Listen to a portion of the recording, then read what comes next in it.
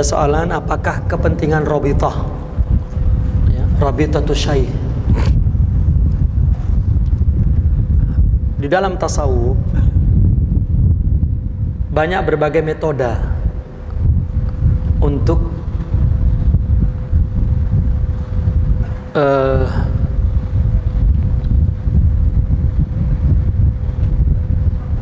mendapatkan istilah mereka madad, pertolongan Allah ke dalam rohani dia untuk menjadi jiwa yang berakhlak mulia, punya maqamat ruhiyah, ya.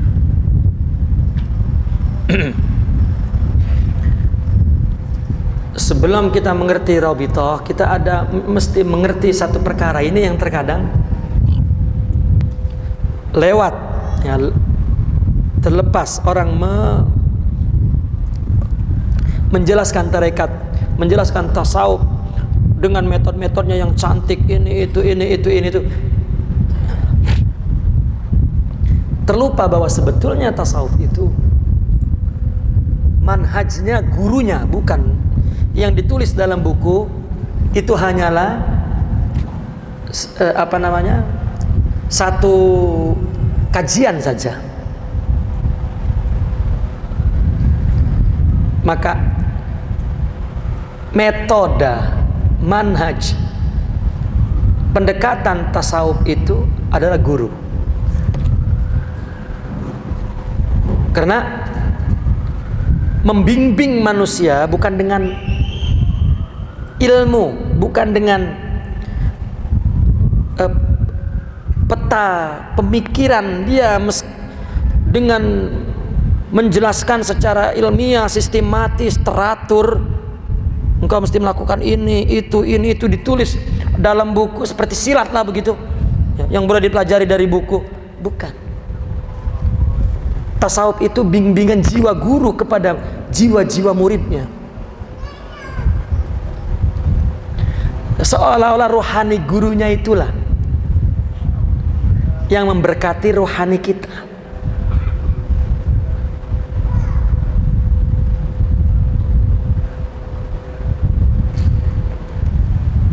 Mudahnya di dalam manhaj tarekat itu ada zikir, ada mujahadah, ada suluk, khalwah. Untuk apa itu? Untuk menyiapkan jiwa murid, membersihkan nafsu, ya, membersihkan sifat-sifat buruk, agar melimpah ke dalam dirinya, masuk ke dalam dirinya sifat-sifat mulia, sifat-sifat ma'rifat, hudur.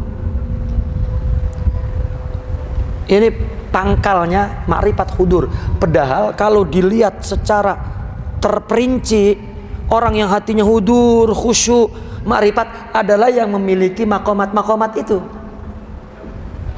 Sabar, ridha, syukur, mahabbah, yakin, ya, zuhud, wara, husnudzan, ya, khudu. Hati ini yang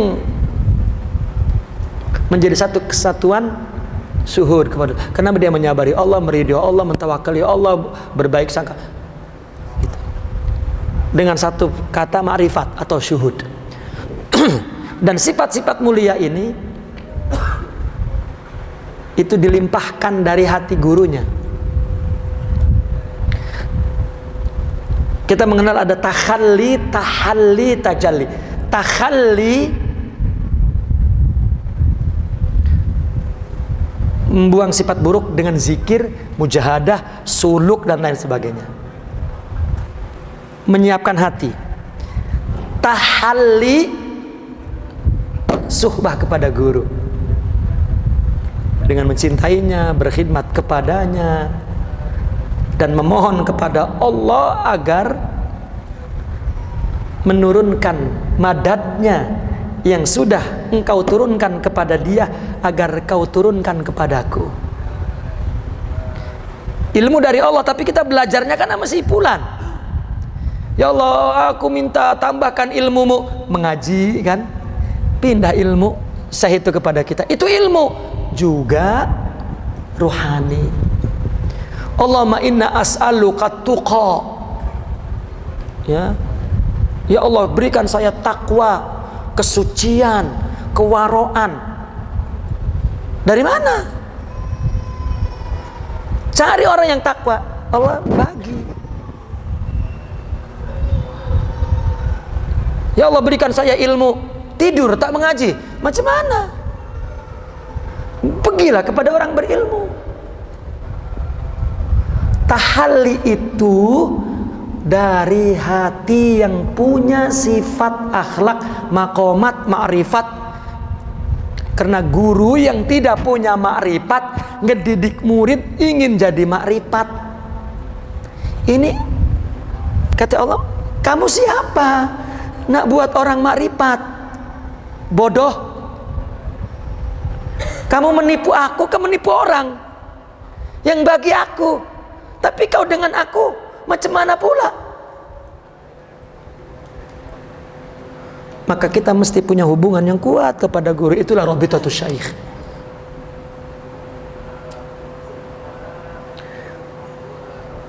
Asasnya Rabitah mesti cinta, ikhlas, sidiq, khidmat.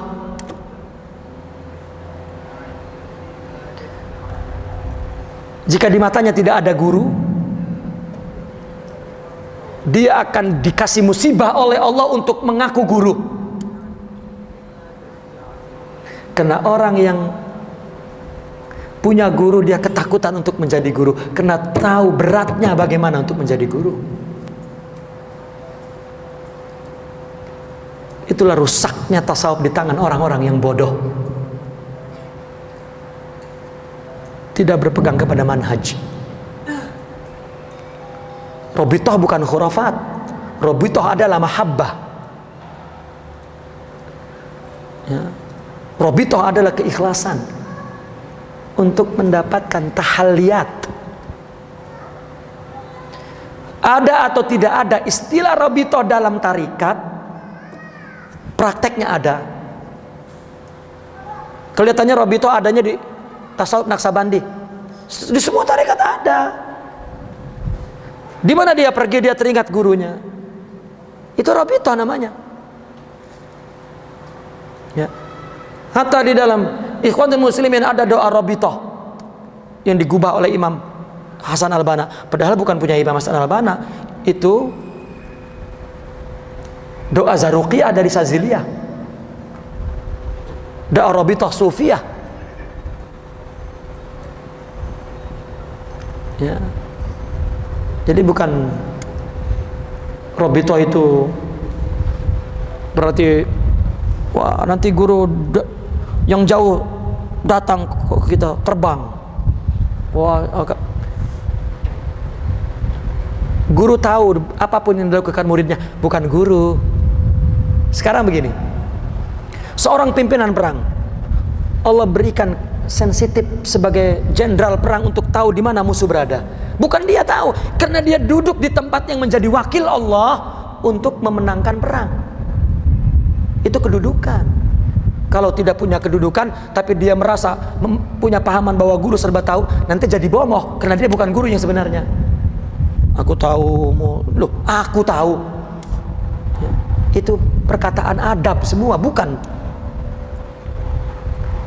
seperti cerita dalam Satria. Orang membaca tasawuf itu bukan karena berguru kepada syaikh sehingga dia tahu apa sebetulnya istilah-istilah yang ada di dalam. Artinya tasawuf itu guru itu. Enggak ada lagi, bukan buku. Ketika kita masuk ke dalam tarekat, bukan ingin kita menjadi pelapisnya, bukan.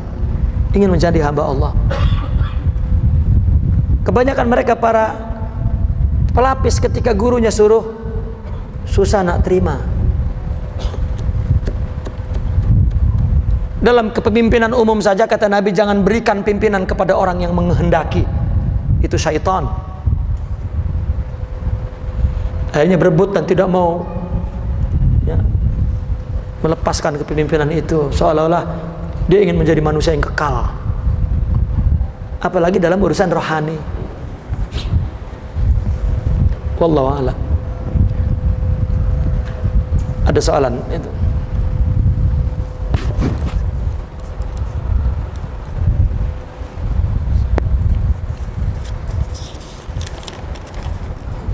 Betulkah murid akan melalui jalan yang sama seperti gurunya? Seperti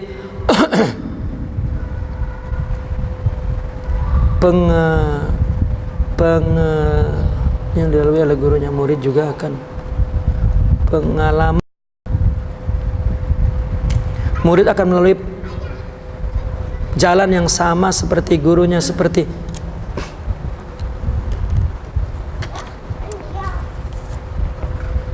kalau dalam arti ujian-ujian ya samalah, karena memang murid itu mesti menempuh jalan seperti yang dilaluinya. Adapun madadnya berbeda, banyaknya dia mendapatkan maqamat ruhani itu berbeda, itu madad. Madad setiap orang berbeda. Meskipun kita memanggil madad Abdul Qadir, artinya kita ingin mendapatkan apa yang telah Allah berikan kepada Syekh Abdul Qadir, maka itu kan disebut dalam bahasa logika ilmiah itu madad Abdul Qadir. Sekarang ilmu yang ditemukan oleh si fulan kan dinamakan itu ilmu si fulan, padahal ilmu Allah, bukan ilmu si fulan. Dalam bidang yang lain menggunakan istilah logika itu, ketika tasawuf dibilang tidak betul. Ketika kita bilang madad Abdul Qadir, kita minta tolong kepada Abdul Qadir, bukanlah, tak ada begitu ya. Hanya kita menamakannya, jenamanya Abdul Qadir madad, itu pertolongan rohani Allah kepada kita. Itu yang berbeda madad. Adapun perjalanannya sama, menghadapi nafsu dan lain sebagainya ya, punya pengalaman yang sama, tapi kedudukannya satu sama lain hanya Allah yang tahu.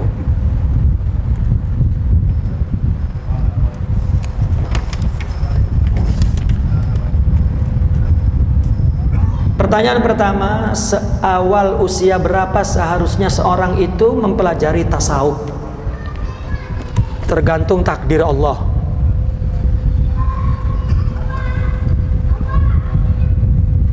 Imam Junaidi umur 5 tahun.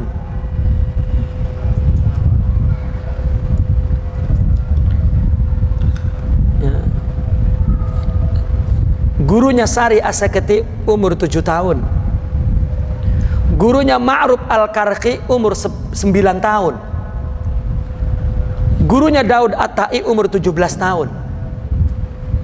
Syekh Abdul Qadir Al-Jilani umur 40 tahun. Imam Al-Ghazali umur 40 tahun. Maaf, Imam Abdul Qadir 30 tahun, 27, 28 masuk tarekat, tapi jadi sultan. Jadi wallahu alam, Allah yang berikan hidayah. Karena tarekat itu menuju kepada Allah, Allah yang berikan hidayah, bukan siapa-siapa. Itu sebab tasawuf tidak boleh dijual-jual. Tidak boleh seperti sistem ML apa itu? MLM ya. Tidak boleh.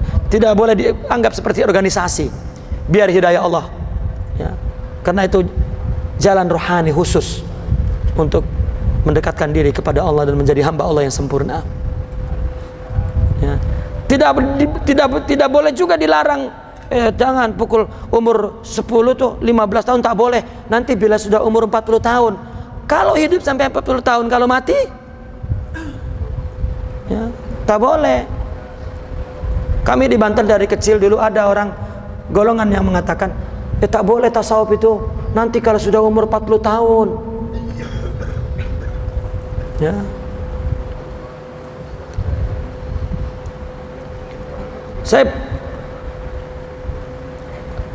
Saya hidup cara bertasawuf, ya artinya saya cerita pengalaman ya. Kami punya ayah, kami punya atuk, dan punya atuk semua dalam tarikat Sufiyah. Saya punya ayah mursyid Qadiriyah Naksabandiyah sebagai ganti ayahnya, juga Thariqah Qadiriyah Naksabandiyah, mengambil dari pakcinya juga Qadiriyah Naksabandiyah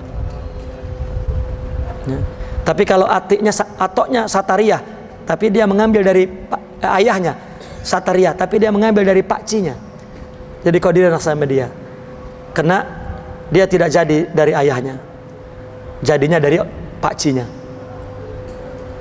Saya sendiri mengambil Saziliyah, tidak mengambil dari ayah saya. Artinya tarekat sama saja namanya apapun ya. Tapi hidup di dalam lingkungan tarekat, tapi saya tidak suka tarekat.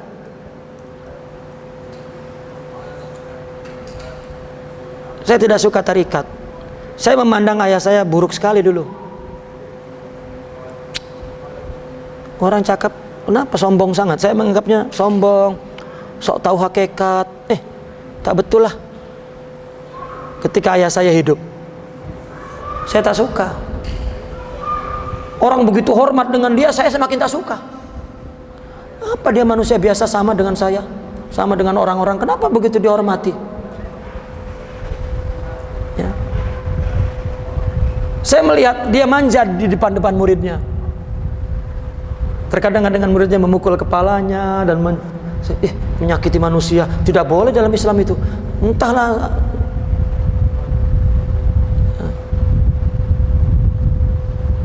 Sehingga ketika saya mengaji di university, saya menganut pemikiran liberalisme. Setelah masuk liberalisme, saya taubat masuk ke Harakah Islamiyah. Ya. Ketika umur 35 tahun saya baru masuk tasawuf. Katakanlah umur 35 saya masuk tasawuf. Sekarang umur saya 25 tahun. Ya. Bukan 35 pun, mungkin 37 saya baru masuk tasawuf. Baru saya mengerti apa yang dilakukan ayah saya dulu. Cuma saja. Tapi sudah tak ada orang tua itu. Ya. Maka saya balik mengunjungi murid-muridnya,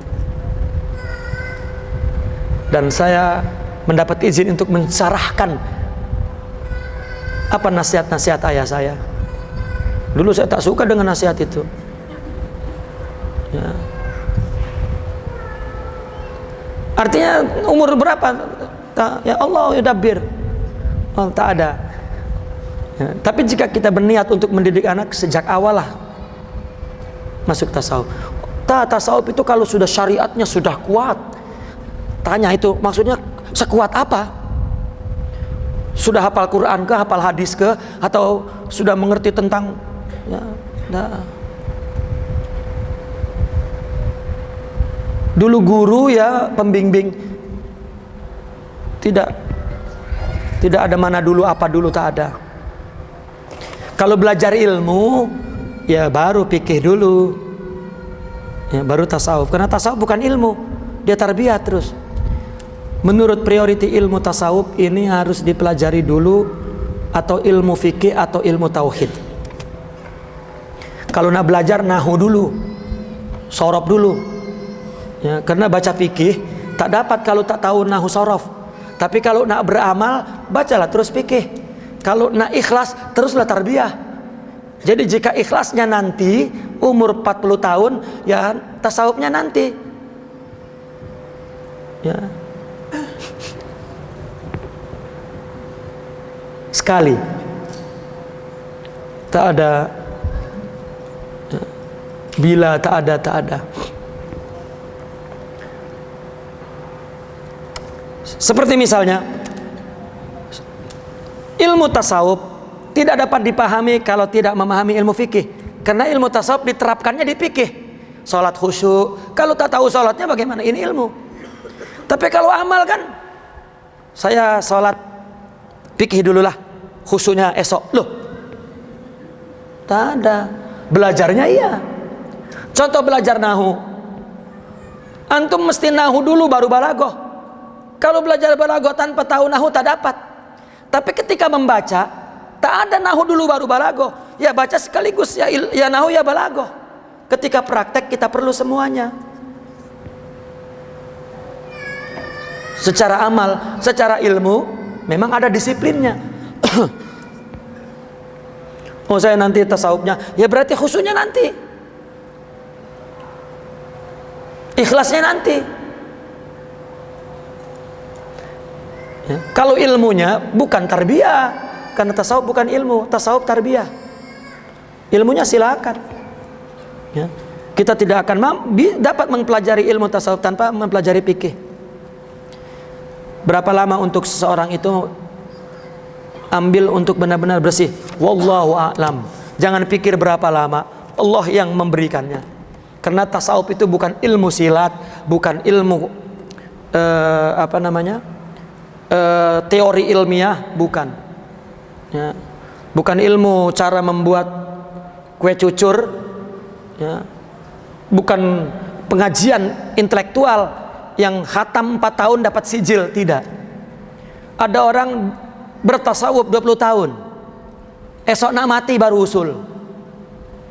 Ada orang 2 tahun usul terus, dan hidup 100 tahun setelah itu. Kepada Allah itu bukan berapanya, tapi usulnya. Jika usul selesai, husnul khotimah. Ada orang yang nak sekarat baru usul kepada Allah, baru ma'rifat.